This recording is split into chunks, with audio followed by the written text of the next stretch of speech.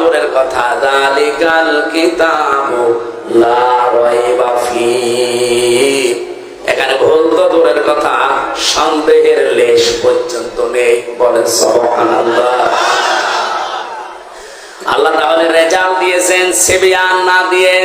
তিনি প্রাপ্তবয়স্ক দুনিয়ায় পিতা ছিলেন, শিশুদের ছোট বয়সে তার ছেলে বিদায় নেয়। যতগুলো সন্তান তার দুনিয়ায় বেঁচে ছিল, মুরব্বী পর্যন্ত হয়ে গেছে অনেকে, সেগুলো সব মেয়ে। জাইনাব, রোকাইয়া, উম্মে কুলসুম, ফাতিমাতুজ জহরা রাদিয়াল্লাহু তাআলা আনহা, এগুলো সব পুরুষ না মহিলা? বলেন বলেন। এবার আমি একটা হাদিস এখানে শোনাতে চাই। নবীজি বলেন, হে পৃথিবীর মানুষেরা, যার মেয়ে আছে মেয়ের বাবাকে গালি দিবা না। আল্লাহ নবী কিন্তু কোনদিন এ কথা বলেন না যে ছেলের বাবাকে গালি দিবা না। আমি আপনাকে ছেলের বাবাকে গালি দিতে বলছি না, কিন্তু আজ বিশাল ভাবে মেয়ের বাবাকে গালি দিবা না এ কথা আল্লাহর নবী বললেন। কারণ আমি মুহাম্মদ নিজে মেয়েদের বাবা। মেয়ে যাদের আছে আপনি গ্যারান্টি দিতে পারেন, শুধু 3টা কাজ যদি করতে পারেন ওর পেছনে, আল্লাহ পাক আপনাকে এর ওসিলায় একটা জান্নাত দেবে। 1 নম্বরে তার একটা সুন্দর অর্থবোধক নাম রাখা লাগবে। এমন নাম রেখে দিয়েছে, ও নাম শুনলে কুকুর পর্যন্ত হাসে। আধুনিক এমন এমন নাম এখন বের হচ্ছে। এই জন্য আপনি ইসলামী এবং অর্থবোধক নাম রাখবেন মেয়েদের। 2 নম্বরে শুধু নাম রাখাই শেষ না, এর পেছনে আপনি খরচ করবেন আপনার সাধ্য মতো দিন শেখাতে। আপনার মেয়ে হাফেজা হবে, আপনার মেয়ে ইঞ্জিনিয়ার হবে, ডাক্তার হবে, কোনো অসুবিধা নেই, কিন্তু তাকে প্রথমে কোরআনে কারিমের জ্ঞানটা এমন ভাবে দেন ও বড় হয়ে যেন দুর্নীতি না করে। এগুলো যাদের ভেতরে আছে, আপনার মেয়ে যদি ডাক্তার হয়, রাজশাহীর ডাক্তার ফাতেমা সিদ্দিকার মতো হবে। আপনার মেয়ে যদি বিশ্ববিদ্যালয়ের শিক্ষিকা হয়, আমি বহু বিশ্ববিদ্যালয়ের শিক্ষিকা দেখেছি, এই মানুষগুলো সূর্যের আলো পর্যন্ত তাদেরকে দেখতে পায় নাই, অথচ তারা ভার্সিটির শিক্ষিকা। আর আপনার মেয়ে প্রাইমারির মাস্টার, ওর আগা থেকে মাথা পর্যন্ত শুধু সূর্য না, এলাকার সূর্যরাও দেখে। এইখানে তাকে এমন জ্ঞান আপনি প্রথমে দিয়ে দেবেন, ও যখন এই দায়িত্ব পালন করুক, দুর্নীতি করবে না। আপনি দেখেন, আগে কিন্তু 5 এবং 8-এ 100 মার্কের কোরআন ছিল, হাদিস ছিল, ফিকহ ছিল, ইসলামী ইতিহাসগুলো ছিল 100 মার্কের বৃত্তি পরীক্ষায়। কিন্তু আমাদের দুর্ভাগ্য, আগে যারা দায়িত্ব ছিল 15 বছরে ওরা এই বৃত্তি পরীক্ষায় 100 মার্ক কোরআন হাদিস তুলে দিয়েছে। আরে পরীক্ষার জন্য অনেকে পড়ে না, সেটা যদি সিলেবাসে না থাকে ও জীবনে হাত দেবে। আগে সেই 3 যখন পড়তাম তখন গারে সুরের ঘটনা পড়তাম। হযরতে আবু বকর সিদ্দিক নবীজিকে রাতের বেলা পাহারা দিয়েছিলেন, পড়তাম আর ওই সময় বুঝতাম না, তারপর মন লাগিয়ে দিতাম যে কি কি হয়েছে দেখি। আবু বকরের উপর একটা আলাদা ভালোবাসা জন্ম নিত যে নবীর জন্য এত কিছু করেছে। ওখানে শিক্ষায় দেখবেন 2-3 লাইন আবার লেখাও ছিল যে হযরতে আবু বকর নবীজির জন্য একটা দিন একটা রাত এই কষ্টটা করার কারণে আল্লাহ এত বেশি খুশি হয়েছিলেন, কিয়ামত পর্যন্ত আমরা যারা দুনিয়ায় আসতে পারি সবার নেকি যদি এক পাল্লায় দেন, হযরতে আবু বকর নবীজির জন্য 1 রাতে যে কষ্ট করেছিলেন, ওই 1 রাতের কষ্টের সমান যে সওয়াব, ওই সওয়াবের পরিমাণ হবে না। আবু বকরের প্রতি এমনি একটা আলাদা ভালোবাসা তৈরি হয়ে যেত, সেইগুলোই যদি এখন তুলে দেয় যে ভালোবাসা জন্মাবে কি করে? এখানে সিলেবাসে যারা ছিল শিক্ষা ব্যবস্থায়, ওরা জাতে মাতালগিরি করলো, ওরা তালে ঠিক ছিল। আপনি দেখেছেন যে কয়েকজন মানুষ দায়িত্ব পালন করেছেন, নুরুল ইসলাম নাহিদ, ডাক্তার দীপমণি, আর এই যে চট্টগ্রামের নফেল, এগুলো লেখাপড়া কোন জায়গায়, এগুলো প্রোডাকশন কোন জায়গা থেকে? সর্বশেষ যে লোকটা দায়িত্ব ছিল এই মহিউদ্দিনের ছেলে নফেল, চট্টগ্রামের শিক্ষা মন্ত্রণালয় ছিল, ওর পড়া ভারতের রামকৃষ্ণ। যারা রামকৃষ্ণ থেকে পড়ে এসে আমাদের মুসলমানের 92% মুসলমানের দেশের শিক্ষা ব্যবস্থায় শিক্ষামন্ত্রী হবে, অত কোরআন হাদিস পড়াবে। এখানে 100 মার্কের ছিল, আবার তুলে দিয়েছে, দরকার নেই। আমরা চাই আবার এই দেশে সকালবেলা ফজরের পরে কোরআনের আওয়াজ বিভিন্ন ঘর থেকে আসতে থাকবে। এটা চান না?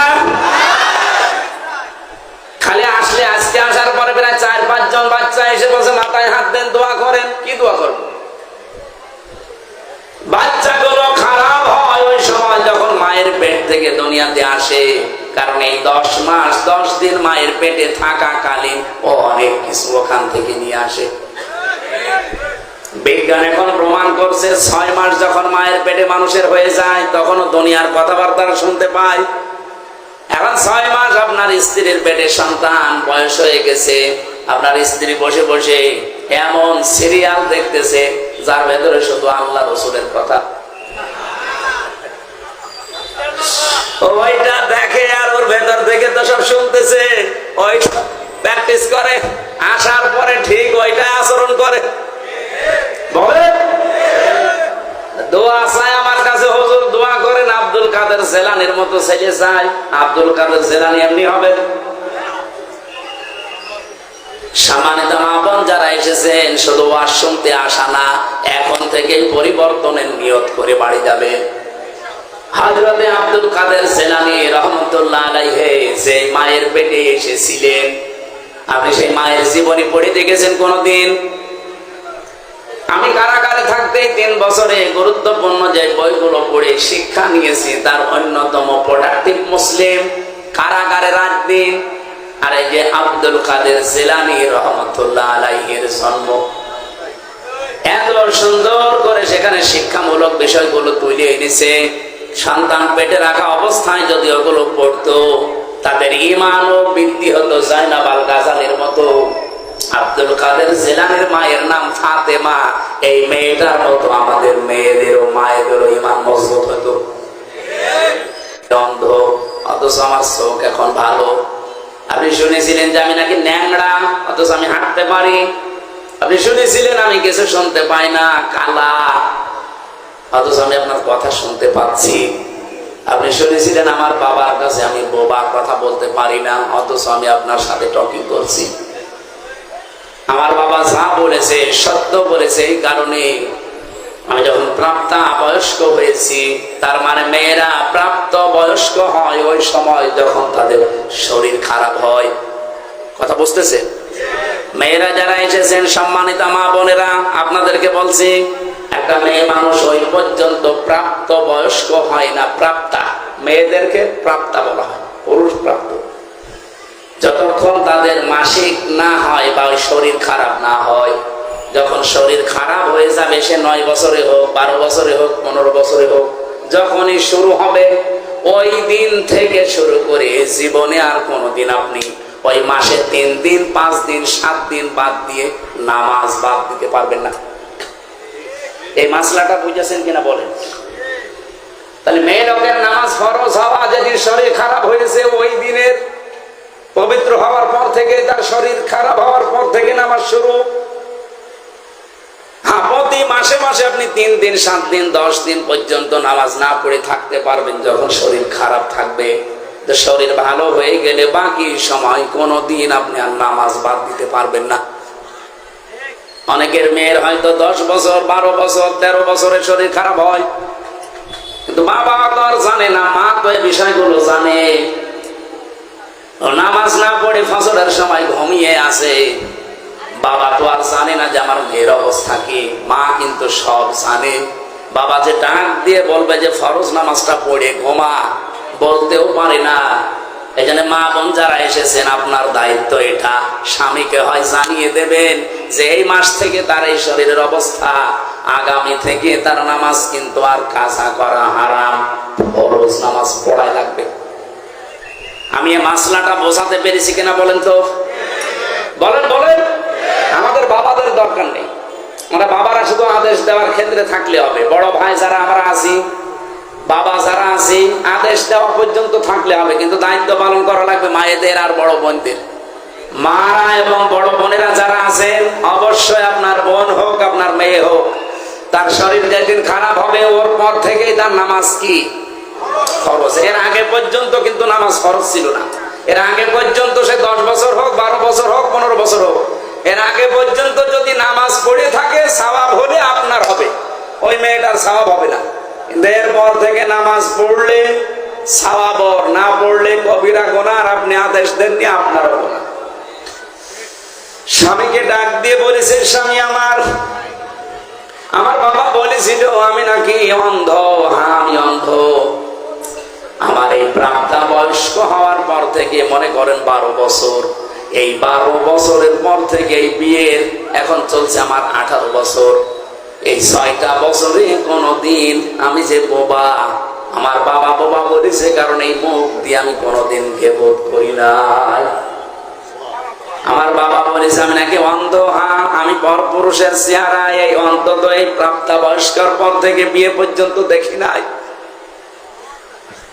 আমি ন্যাংড়া এই কারণে বলেছি, আমার এই পা দিয়ে এমন কোন হারাম কাজে আমি যাই নাই যেটা কবিরা গুনাহ হয়। আমি এমন কোন কথা এই কান দিয়ে শুনি নাই যে কথায় কবিরা গুনাহ হয়, তার মানে গীবত, এগুলো আমি শুনি না। আমার বাবা আমার উপরে আস্থা রেখে এই 6 বছর সে দেখেছে, এই কারণে বলেছে আমার মেয়ে অন্ধ, বোবা, কালা, ন্যাংড়া। আসলে আমি ওই রূপ করতে এগুলো ছিলাম, বাস্তবে আমার শরীর সব ঠিক আছে। শুকরিয়া আদায় করলে বাসর রাত শেষ করে বউকে নিয়ে বাড়িতে গেলেন বাবার, কারণ এতদিন তিনি শ্বশুর বাড়িতে কাজ করে খেতেন 10 বছর। সর্বশেষ আমি তার জীবনে পড়তে গিয়ে পেয়েছি, এই মায়ের পেটে এসেছিলেন হযরতে আব্দুল কাদের জিলানী রহমাতুল্লাহ আলাইহি। এত বড় চরিত্রের অধিকারী তার মা, এর পরেও তিনি মায়ের পেট থেকে এসে মাত্র 6 বছর তার বয়স, মা তাকে নিয়ে গেছে মাদ্রাসায় পড়ানোর জন্য। ওস্তাদ ডাক দিয়ে বলছে, বাবা বলো বিসমিল্লাহির রহমানির রহিম, আলিফ বা তা সা। হযরতে আব্দুল কাদের প্রথমেই প্রশ্ন করলেন, উস্তাদ বিসমিল্লাহির রহমানির রহিম এর মানে কি? উনি অর্থ বললেন যে এখানে আল্লাহর নামে শুরু হচ্ছে, যিনি রহমান, যিনি রহিম, দয়াশীল এবং ক্ষমাশীল। আলিফ বা তা সা, উনি বললেন এর অর্থ বলেন। ওস্তাদ বলছে আলিফ বা তা সার কোনো অর্থ নেই। আব্দুল কাদের বলে, হুজুর যে জিনিসের মানে হয় না, অর্থ হয় না, ওটা পড়ি আমি সময় নষ্ট করি না। ওস্তাদ চিন্তা করছে কি ছাত্র পেলাম। তুমি জানো আলিফের মানে? জানি, আমি মায়ের কাছ থেকে শুনেছি। কি আলিফের মানে? আমি এতদিন ছাত্র পড়াই, আমি জানি না। তোমার মা কি পড়িয়েছে দেখি বলো তো। উনি আলিফ দিয়ে শুরু করলেন আয়াতুল কুরসি। আল্লাহু লা ইলাহা ইল্লা হুয়াল হাইয়ুল কাইয়্যুম। তেলাওয়াত করতে করতে প্রায় 18 পারা পর্যন্ত তিনি পড়েছিলেন। আয়াতুল কুরসির ভেতরে আমার আল্লাহর 10টা ক্ষমতা মুখ মিলাচ্ছে। আমার আফসোস হচ্ছে এই কারণে, আমি যদি আর একটু কষ্ট করে প্রতিনিয়ত 30 পারায় তাকে পড়ে পড়ে শোনাতে পারতাম, আমার এই ছোট সন্তান এতটুকু বয়সে কোরআনের হাফেজ হয়ে যেত। আপনার মা বোনেরা, সন্তান এমনি আব্দুল কাদের জিলানী হয়।